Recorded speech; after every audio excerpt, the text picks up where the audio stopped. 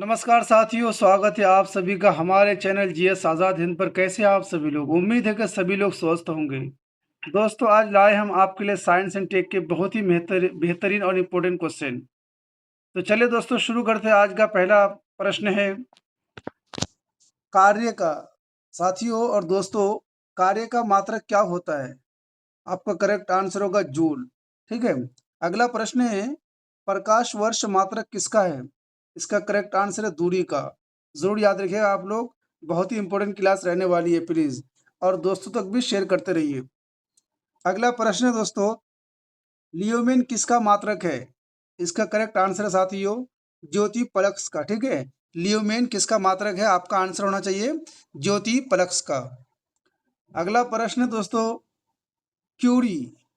ठीक है, यानी क्यूरी किसकी इकाई का नाम है? क्यूरी किसकी इकाई का नाम है? इसका करेक्ट आंसर है रेडियो एक्टिव धर्मिता का। ठीक है, आपका आंसर है। अगला प्रश्न है पदार्थ के समवेग और वेग के अनुपात से कौन सी भौतिक राशि प्राप्त की जाती है? इसका करेक्ट आंसर है द्रव्यमान। जरूर याद रखिएगा। अगला प्रश्न है दोस्तों, जल में तैरना न्यूटन की गति के किस नियम के कारण संभव है? इसका करेक्ट आंसर है तृतीय नियम। ठीक है। अगला प्रश्न है रॉकेट की कार्य प्रणाली किस सिद्धांत पर आधारित होती है? इसका करेक्ट आंसर है समवेग संरक्षण। ठीक है।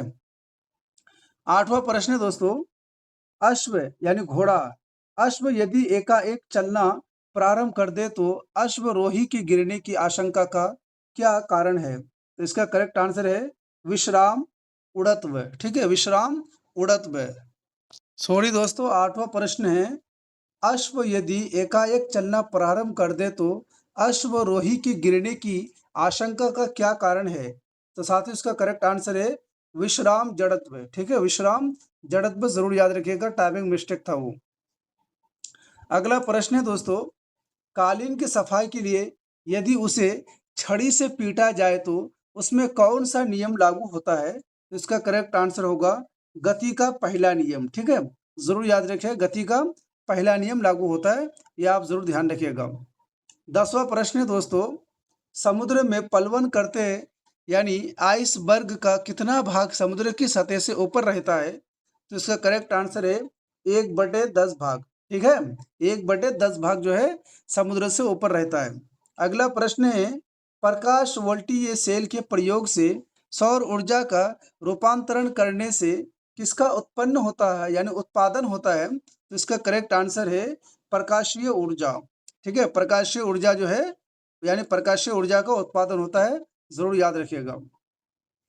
अगला प्रश्न है दोस्तों, स्वचालित वाहनों में द्रव्य चालित यानी ब्रेकों का इस्तेमाल वस्तुतः किस नियम का सीधा अनुप्रयोग है? तो इसका करेक्ट आंसर है यानी पास्कल का नियम। ठीक है, पास्कल का नियम, जरूर याद रखिएगा।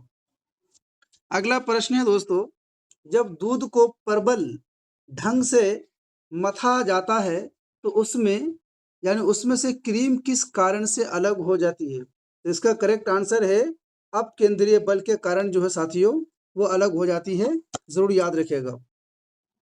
अगला प्रश्न है दोस्तों, जेट इंजन किसके संरक्षण के सिद्धांत पर काम करता है?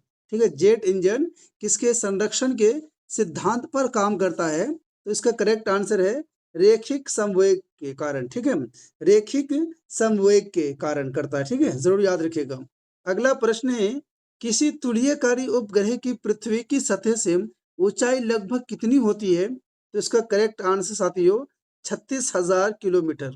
ठीक है, यानी किसी तुल्यकारी उपग्रह की पृथ्वी की सतह से ऊंचाई लगभग कितनी होती है? आपका करेक्ट आंसर होगा 36,000 किलोमीटर की ऊंचाई होती है, जरूर याद रखिएगा। अगला प्रश्न है दोस्तों, पृथ्वी के गुरुत्वाकर्षण का कितना भाग चंद्रमा के गुरुत्वाकर्षण के सबसे नजदीक है? इसका करेक्ट आंसर है 1/6। ठीक है, 1/6। ये बहुत ही इंपॉर्टेंट क्लास है, प्लीज जरूर याद रखिएगा आप लोग। ठीक है। अगला प्रश्न है दोस्तों, वर्षा की बूंद का आकार गोलाकार किस कारण से होता है? ये भी बहुत ही वेरी वेरी इंपॉर्टेंट हो जाता है, प्लीज जरूर कॉपी में नोट डाउन कीजिए आप लोग। ठीक है, वर्षा की बूंद का जो आकार होता है गोलाकार किस कारण से होता है? इसका करेक्ट आंसर है पृष्ठ तनाव के कारण। ठीक है, यानी पृष्ठ तनाव के कारण वर्षा के बूंद का आकार गोलाकार होता है, ठीक है, इसी के कारण। 18वां प्रश्न है दोस्तों, कपूर के छोटे छोटे टुकड़े जल की सतह पर क्यों नाचते हैं? ठीक है, तो इसका करेक्ट आंसर है पृष्ठ तनाव के कारण। ठीक है, पृष्ठ तनाव के कारण जो है कपूर के छोटे छोटे टुकड़े जल की सतह पर नाचते हैं, जरूर याद रखिएगा। अगला प्रश्न है दोस्तों, पानी में लोहे की यानी सुई डूब जाती है, ठीक है, लेकिन जहाज तैरता रहता है, यह किस सिद्धांत पर है? इसका करेक्ट आंसर है आर्किमेडीज का सिद्धांत। ठीक है, यानी आर्किमेडीज का सिद्धांत का यह है कि पानी में लोहे की सुई तो डूब जाती है, लेकिन जहाज तैरता रहता है। आपसे पूछ लिया जाएगा ये किसका सिद्धांत है, तो आपका करेक्ट आंसर होना चाहिए आर्किमेडीज का सिद्धांत। ठीक है, अगला प्रश्न है दोस्तों, 20वां है, आर्किमेडीज का नियम किससे संबंधित है? इसका करेक्ट आंसर है पलवन का नियम से संबंधित है। ठीक है, यानी आर्किमेडीज का नियम किससे संबंधित है? आपका आंसर होना चाहिए पलवन का नियम से है। ठीक है, अगला है, गुरुत्वाकर्षण के सार्वभौमिक नियम का प्रतिपादन किसने किया? इसका करेक्ट आंसर है न्यूटन ने किया है। ठीक है, 22वां प्रश्न है दोस्तों, कौन सा यानी 1 केजी द्रव्यमान के पिंड पर कार्यशील पृथ्वी के गुरुत्वा बल का सही मान है? तो इसका करेक्ट आंसर है 9.8 N।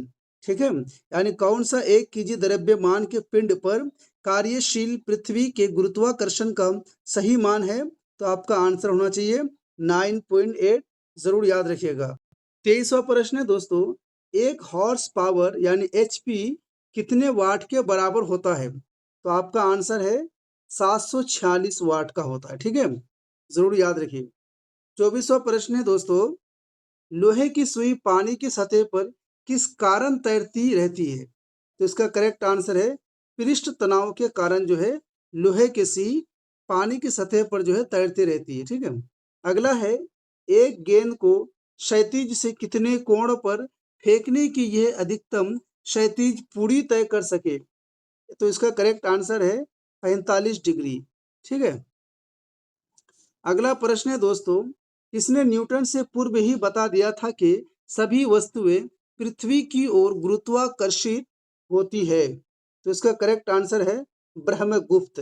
ठीक है, यानी न्यूटन से पहले जो है ब्रह्मगुप्त ने कहा था कि सभी वस्तुएं पृथ्वी की ओर गुरुत्वाकर्षित होती है।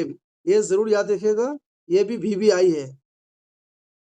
अगला है साथियों, क्रिकेट की गेंद को किस कोण से मारा जाना चाहिए ताकि वह अधिकतम दूरी तक जा सके? तो इसका करेक्ट आंसर दोस्तों क्षैतिज से 45 डिग्री कोण। ठीक है, क्षैतिज से 45 डिग्री कोण से अगर मारा जाए तो गेंद जो है काफी दूर जाती है। ठीक है, अगला प्रश्न है दोस्तों, ऊष्मा एक प्रकार की ऊर्जा है जिसे कार्य में बदला जा सकता है। इसका प्रत्यक्ष प्रमाण सबसे पहले किसने दिया था? तो इसका करेक्ट आंसर है रमफोर्ड ने दिया था। ठीक है, रमफोर्ड ने दिया था इसका पहला जो है प्रमाण, जरूर याद रखिएगा। अगला प्रश्न है दोस्तों, किस वैज्ञानिक ने सर्वप्रथम बर्फ के दो टुकड़े को आपस में घिसकर पिघला दिया था?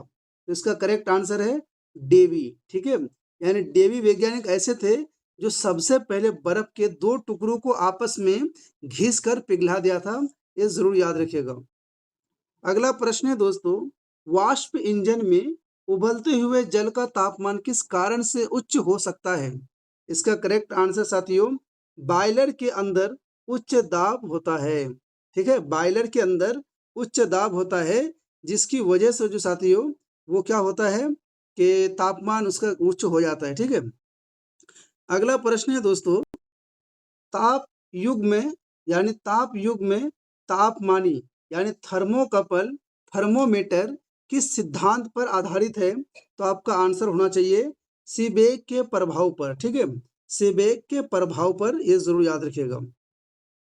अगला प्रश्न है दोस्तों, पूर्ण विकिरण यानी उत्ताप पानी मापी टोटल रेडिएशन यानी पायरोमीटर किस सिद्धांत पर आधारित है? तो आपका आंसर होना चाहिए स्टीफन के नियम पर। ठीक है, स्टीफन के नियम पर जरूर याद रखिएगा। अगला प्रश्न है, दूर की वस्तुओं जैसे सूर्य आदि का ताप किस ताप यानी तापमापी के द्वारा मापा जाता है? इसका करेक्ट आंसर है पूर्ण विकिरण यानी उत्ताप मापी, ठीक है, द्वारा, यानी पूर्ण विकिरण यानी उत्ताप मापी द्वारा जो है मापा जाता है। अगला प्रश्न है दोस्तों, सेल्सियस पैमाने का 0 डिग्री सेल्सियस यानी फ़ारेनहाइट स्केल की कितने डिग्री के बराबर होगा? तो इसका करेक्ट आंसर है 32 डिग्री के बराबर होगा। यानी सेल्सियस पैमाने का 0 डिग्री सेल्सियस फ़ारेनहाइट स्केल की कितने डिग्री के बराबर होगा? इसका करेक्ट आंसर होगा 32 डिग्री के बराबर होगा। अगला प्रश्न साथियों, मानव शरीर का तापमान 98.6 डिग्री एफ होता है, लेकिन सेल्सियस स्केल पर यह कितना होगा? इसका करेक्ट आंसर होगा 37.C डिग्री, ठीक है, यानी 37 डिग्री सेल्सियस होता है। 37 डिग्री सेल्सियस होता है, जरूर याद रखिएगा। अगला प्रश्न है दोस्तों, अति लघु समय अंतरालों को सही सही मापने के लिए किसका प्रयोग किया जाता है? इसका करेक्ट आंसर है परमाणु घड़िया का, ठीक है, परमाणु घड़िया का उपयोग किया जाता है, जरूर याद रखिएगा। अगला प्रश्न है, एक मनुष्य का तापक्रम 60 डिग्री सेल्सियस है, तो उसका तापक्रम फ़ारेनहाइट में क्या होगा? इसका करेक्ट आंसर है 140 डिग्री एफ यानी हाइट होगा, ठीक है, जरूर याद रखिएगा। 38वां प्रश्न है दोस्तों, पानी का घनत्व किस ताप अधिकतम होता है? ठीक है, यानी पानी का घनत्व जो है किस ताप से अधिकतम होता है? इसका करेक्ट आंसर है 4 डिग्री सेल्सियस पर, ठीक है। अगला प्रश्न है, साइकिल के ट्यूब अधिकांशतः गर्मियों में क्यों फटते हैं? यह भी बहुत इंपॉर्टेंट क्वेश्चन है, प्लीज जरूर याद रखिएगा। तो इसका करेक्ट आंसर है गर्मी के कारण ट्यूब फट जाता है, ठीक है, गर्मी के कारण जो है ट्यूब फट जाता है। 40वां प्रश्न है दोस्तों, किसी झील की सतह का पानी सब यानी बस थमने ही वाला है, ठीक है, यानी दोस्तों 40वां प्रश्न का थोड़ा सा टाइपिंग मिस्टेक था, एक जमना है, ठीक है, यानी किसी झील की सतह का पानी बस जमने ही वाला है, झील के आधा यानी स्थल में जल का क्या तापमान होगा? तो इसका करेक्ट आंसर साथियों 4 डिग्री सेल्सियस होगा। अगला प्रश्न है, ऊष्मा के संचारण की किस विधि में पदार्थ के अणु एक स्थान से दूसरे स्थान तक स्वयं नहीं जाते? इसका करेक्ट आंसर है चालन, ठीक है, जरूर याद रखिएगा। 42वां प्रश्न है दोस्तों, यानी द्रवों तथा गैसों में ऊष्मा का स्थानांतरण किस विधि द्वारा होता है? तो इसका करेक्ट आंसर है संवहन द्वारा होता है, ठीक है। अगला प्रश्न है, सूर्य की ऊष्मा पृथ्वी पर किस प्रकार के संचार माध्यम से आती है? तो इसका करेक्ट आंसर है विकिरण के माध्यम से आती है, ठीक है, आपका आंसर है। अगला प्रश्न दोस्तों 44वां, ऊष्मा के स्थानांतरण की किस विधि में माध्यम आवश्यक नहीं है? ठीक है, तो इसका करेक्ट आंसर है विकिरण, जरूर याद रखिएगा। अगला प्रश्न दोस्तों, ऊष्मा संचरण की वह विधि जिसमें माध्यम के कण गति नहीं करते हैं, कौन सी है? इसका करेक्ट आंसर है विकिरण, जरूर याद रखिएगा। दोस्तों आपसे निवेदन है कि प्लीज़ जैसे और लोगों को सपोर्ट करते हैं, हमें भी सपोर्ट कीजिए दोस्तों, और जीएस आज़ाद हिंद को ज़रूर से ज़रूर सब्सक्राइब कीजिए प्लीज़, और अपने दोस्तों यारों तक भी वीडियो को ज़रूर शेयर कीजिए, ताकि हमें भी आपके सपोर्ट से आगे हम पढ़ा सकें, और आप लोग की सपोर्ट रही तो हम बहुत ही जल्द जो है फेस टू फेस आपको पढ़ाएंगे। अगला प्रश्न है दोस्तों, यानी अगला प्रश्न है, आणविक संगठन के द्वारा ऊष्मा का संप्रेषण क्या कहलाता है? ठीक है, तो इसका करेक्ट आंसर है संवहन कहलाता है, जरूर याद रखिएगा। 47वां प्रश्न है दोस्तों, सूर्य विकिरण का कौन सा भाग सोलर यानी सोलर कुकर को गर्म कर देता है? तो इसका करेक्ट आंसर है अवरक्त किरण, ठीक है। अगला प्रश्न है, धूप से बचने के लिए छाते में रंग संयोजन कौन सा सबसे उचित है? तो इसका करेक्ट आंसर है ऊपर सफेद नीचे काला, ठीक है, जरूर याद रखिएगा।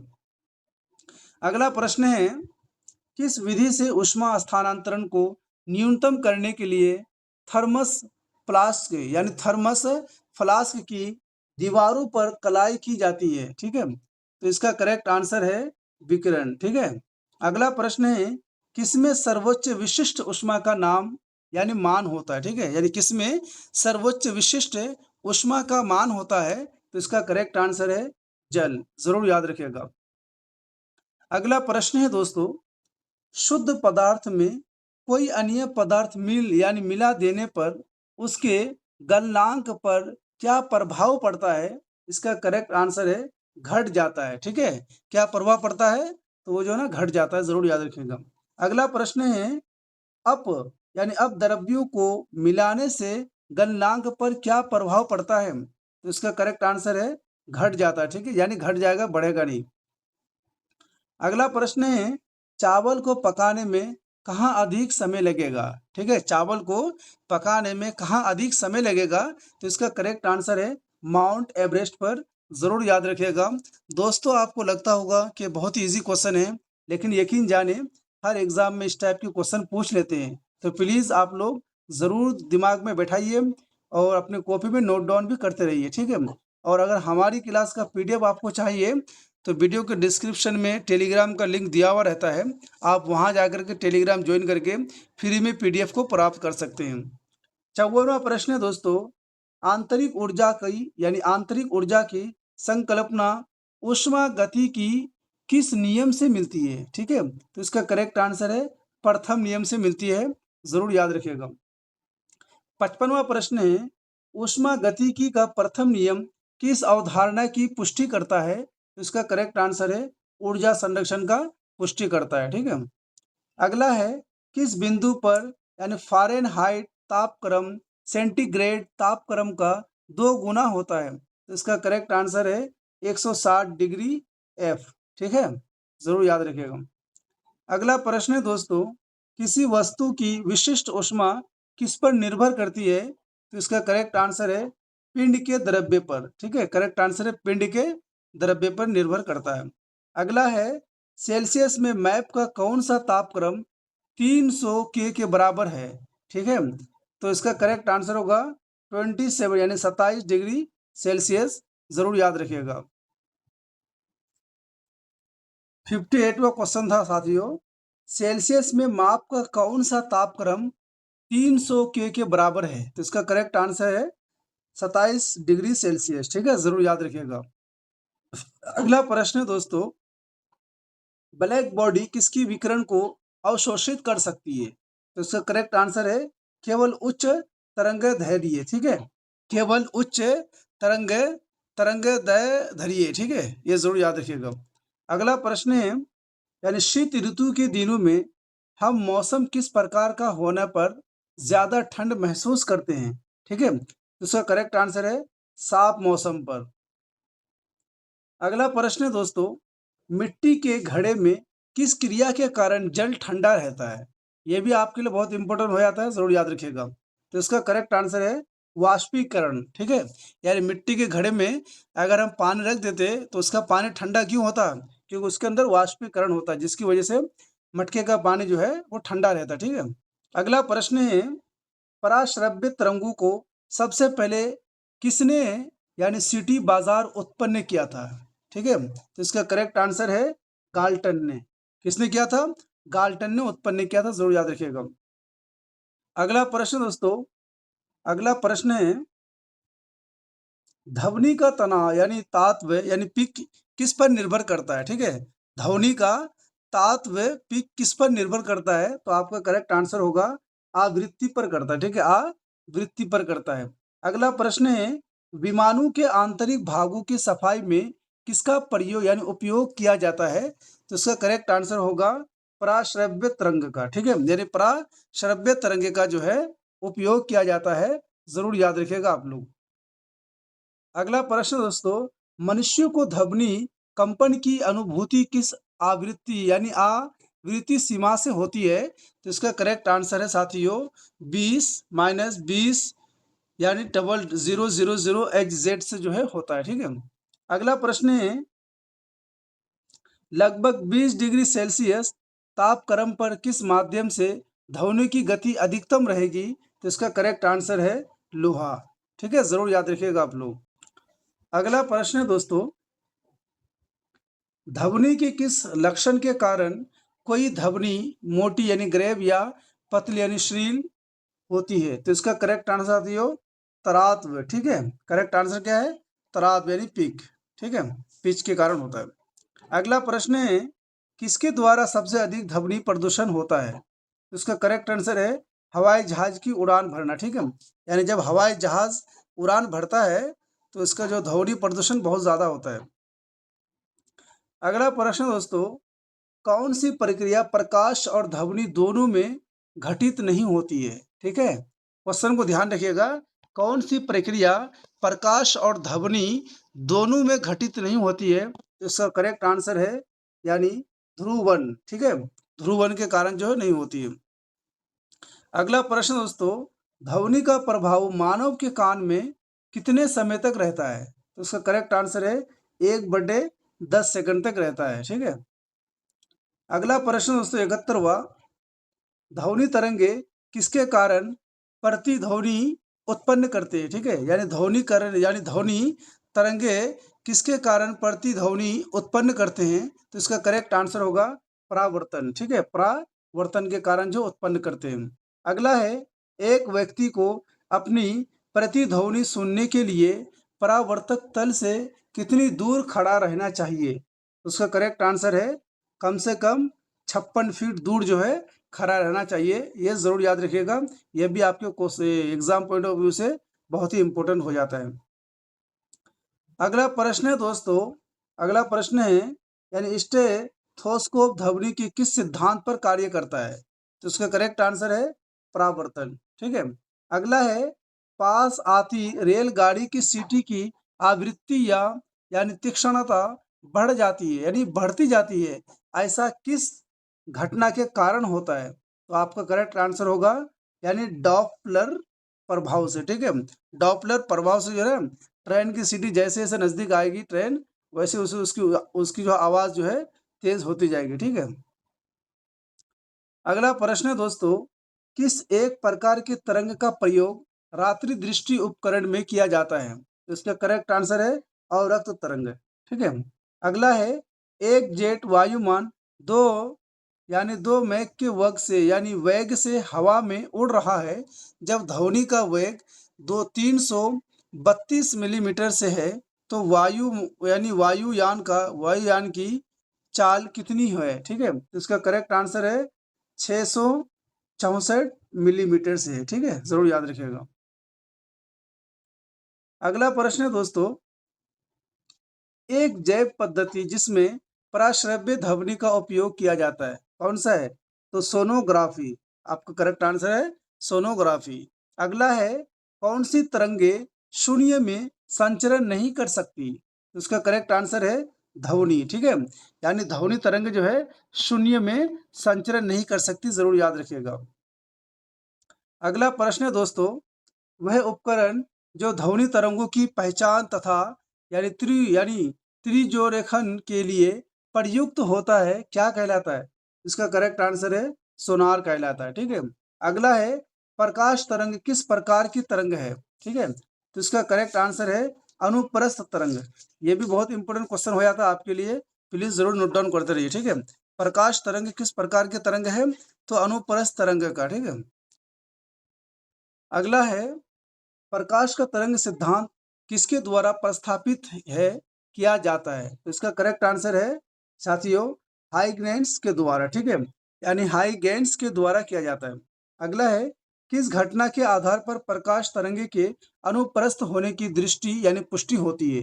ठीक है, किस घटना के आधार पर प्रकाश तरंगों के अनुप्रस्थ होने की पुष्टि होती है? तो इसका करेक्ट आंसर है ध्रुवन के कारण। ठीक है, अगला प्रश्न दोस्तों, प्रकाश के विद्युत चुंबकीय स्वरूप की खोज किसने की? इसका करेक्ट आंसर है मैक्सवेल ने। ठीक है, यानी प्रकाश के विद्युत चुंबकीय स्वरूप की खोज जो है मैक्सवेल ने की थी, जरूर याद रखिएगा। अगला है, किसने सर्वप्रथम यह दिखलाया कि प्रकाश तरंगों का विवर्तन होता है? इसका करेक्ट आंसर है ग्रो यानी ग्रेमाल्डी। ठीक है, आपका करेक्ट आंसर है ग्रेमाल्डी, ठीक है, जरूर याद रखिएगा। अगला प्रश्न दोस्तों, कौन सी घटना प्रकाश और ध्वनि दोनों में घटित नहीं होती है? करेक्ट आंसर है ध्रुवन। अगला प्रश्न है, कौन सा सिद्धांत प्रकाश का तरंग प्रकृति की पुष्टि करता है? ठीक है, यानी कौन सा सिद्धांत प्रकाश का तरंग प्रकृति की पुष्टि करता है? तो इसका करेक्ट आंसर है व्यतिकरण का सिद्धांत। किसका? व्यतिकरण का सिद्धांत जो है ये क्या कहते हैं? प्रकृति की पुष्टि करता है, जरूर याद रखिएगा। अगला प्रश्न दोस्तों, चंद्रमा से पृथ्वी तक आने में प्रकाश को लगभग कितना समय लगता है? इसका करेक्ट आंसर साथियों 1 सेकंड, ठीक है, यानी चंद्रमा से पृथ्वी तक आने में प्रकाश को लगभग कितना समय लगता है? तो 1 सेकंड लगता है। अगला प्रश्न दोस्तों, सूर्य की रोशनी को पृथ्वी तक पहुंचने में लगभग कितना समय लगता है? तो आपका करेक्ट आंसर है 8 मिनट 16.6 सेकंड लगते हैं, ठीक है। 89वां प्रश्न है दोस्तों, वायु में प्रकाश की गति कितनी होती है? ठीक है, तो इसका करेक्ट आंसर है 3 प्लस यानी 108 मिली सेंटीमीटर होता है, जरूर याद रखिएगा। अगला प्रश्न है, सूर्य ग्रहण के समय सूर्य का कौन सा भाग दिखाई देता है? तो इसका करेक्ट आंसर है किरीट, ठीक है, यानी किरीट यानी कोरोना जो है भाग दिखाई देता है। अगला प्रश्न है दोस्तों 91वां, पानी से भरे किसी बर्तन में पड़ा एक सिक्का किस कारण थोड़ा उठा हुआ प्रतीत होता है? ठीक है, तो इसका करेक्ट आंसर है प्रकाश के अपवर्तन के कारण, ठीक है, यानी पानी से भरे किसी बर्तन में अगर एक सिक्का रख दिया जाए तो वो सिक्का जो है थोड़ा सा उठा हुआ होता है, ये क्या प्रतीत होता है? तो इसका करेक्ट आंसर है प्रकाश के अपवर्तन के कारण, ठीक है। अगला है, पानी में डूबी एक छड़ी किस समवृत्ति के कारण मुड़ी हुई प्रतीत होती है? तो इसका करेक्ट आंसर है प्रकाश का अपवर्तन, ठीक है। अगला प्रश्न है दोस्तों, किसके कारण आकाश नीला दिखाई पड़ता है? ये भी बहुत ही इंपॉर्टेंट क्वेश्चन है और आपसे निवेदन है प्लीज हमारे चैनल को जीएस आजाद हिंद को जरूर से जरूर सब्सक्राइब, लाइक एंड शेयर जरूर कर दे। अगला प्रश्न दोस्तों, कि किसके कारण आकाश नीला दिखाई पड़ता है? तो आपका करेक्ट आंसर हो जाइए साथियों का प्रकिरणन, यानी स्कैटरिंग के कारण जो है प्रकाश जो है वह नीला नीला जो है दिखाई दे पड़ता है, ठीक है। अगला है, सूर्योदय और सूर्यास्त के समय आसमान में लाल रंग किसके कारण होता है? यानी जब सूर्य डूबता है या सूर्य निकलता है तो प्रकाश जो है या आसमान जो है वो लाल रंग का दिखाई देता है, वो किसके कारण दिखाई देता है? तो आपका करेक्ट आंसर होगा प्रकिरणन के कारण, ठीक है, यानी प्रकिरणन के कारण दिखाई देता है। अगला प्रश्न दोस्तों, इंद्रधनुष में किस रंग का विक्षेपण अधिक होता है? उत्तर है साथियों बैंगनी, ठीक है, उत्तर है बैंगनी के कारण। अगला प्रश्न है, सूखा बालू चमकीला क्यों दिखाई देता है जबकि गीला बालू यानी द्युतिहीन होता है? ठीक है, तो इसका करेक्ट आंसर है इसका कारण परावर्तन है, ठीक है, यानी परावर्तन के कारण जो है सूखा बालू चमकीला दिखाई देता है और गीला बालू जो है द्युतिहीन दिखाई देता है, ठीक है। अगला प्रश्न है, यानी पेरिस्कोप बनाने में कौन सा एक दर्पण यानी प्रयुक्त होता है? ठीक है, पेरिस्कोप बनाने में कौन सा एक दर्पण प्रयुक्त होता है? इसका करेक्ट आंसर है समतल दर्पण, जरूर याद रखिएगा। और दोस्तों चैनल को सब्सक्राइब भी करते रहिए, आप लोग लाइक भी करते रहिए। अगला है, साबुन के पतले झाग में चमकदार रंगों का बनाना किस परिघटना का परिणाम है? इसका करेक्ट आंसर है बहुलित परावर्तन और व्यतिकरण, ठीक है, ये जरूर याद रखिएगा। अगला प्रश्न दोस्तों, पिछली साइड के ट्रैफिक को देखने के लिए ऑटोमोबाइल में किस प्रकार के दर्पण का प्रयोग किया जाता है? तो इसका करेक्ट आंसर है साथियों, इसका सही करेक्ट आंसर दोस्तों उत्तल, ठीक है, यानी पिछली साइड के ट्रैफिक को देखने के लिए ऑटोमोबाइल में किस प्रकार के दर्पण का प्रयोग किया जाता है? तो आपका करेक्ट आंसर होना चाहिए उत्तल दर्पण का प्रयोग किया जाता है, ठीक है। और हमारा साथियों आज की क्लास का लास्ट प्रश्न है कि वाहनों के, ठीक है, लास्ट क्वेश्चन है दोस्तों, यानी वाहनों के अग्रदीपों यानी हेडलाइट, ठीक है, हेडलाइटों में किस प्रकार के दर्पण का इस्तेमाल होता है? तो आपका करेक्ट आंसर होना चाहिए परावलयीय दर्पण, ठीक है, यानी परावलयीय के दर्पण का जो है इस्तेमाल होता है दोस्तों और साथियों, फिर मिलते हैं नेक्स्ट वीडियो में। जब तक के लिए आप लोग पढ़ते रहिए, मेहनत करते रहिए, ठीक है। और हमारी वीडियो और हमारी क्लास आपको अच्छी लग रही है तो सब्सक्राइब, लाइक एंड शेयर ज़रूर करते रहिए। अगर आपको पीडीएफ चाहिए तो वीडियो के डिस्क्रिप्शन में टेलीग्राम लिंक दिया हुआ है, आप वहां जाकर फ्री में पीडीएफ प्राप्त कर सकते हैं। ठीक है साथियों, जब तक के लिए बहुत बहुत धन्यवाद।